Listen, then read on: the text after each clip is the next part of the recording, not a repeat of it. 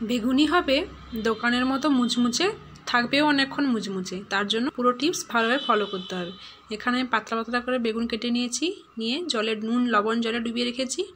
প্রথমে একটা batter ready করে নেব। এখানে আমার পরিমাণ মতো আমি বেসন নিয়ে নিয়েছি। বেসনটা চালিয়ে নিলেও ভালো হয়।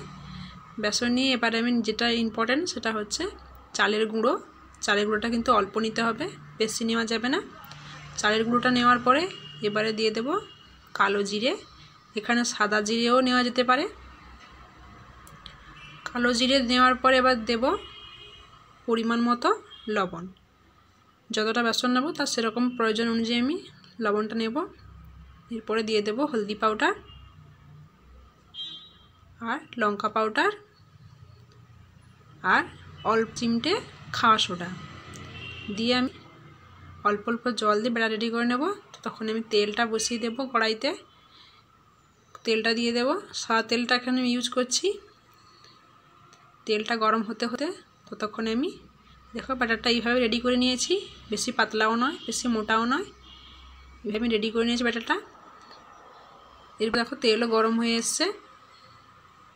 এরপরে বেগুনগুলো আমি ঢুকে নেব ভালো করে কোটিং করে।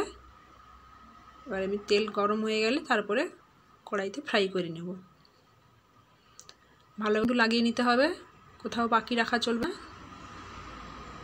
দিয়ে এবারে কড়াইতে ফ্রাই করে নেব। আর কড়াইতে দেওয়ার সঙ্গে সঙ্গে কিন্তু উপরে ভালো করে তেল ছিটিয়ে হবে। তেলটা আর একটু গরম হলে ভালো হতো, বেশি অল্প গরম হয়েছে তাই একটু কম হচ্ছে। এর উপরে তেলটা ভালো করে ছিটিয়ে দিলে কিন্তু বেগুনিগুলো ভালো টোলে সব ফুলবে, একটাও চাপটে থাকবে না।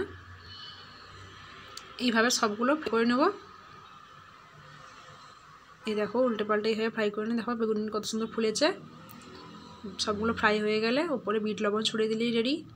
ভালো লাগলে লাইক কমেন্ট শেয়ার করে দেবো।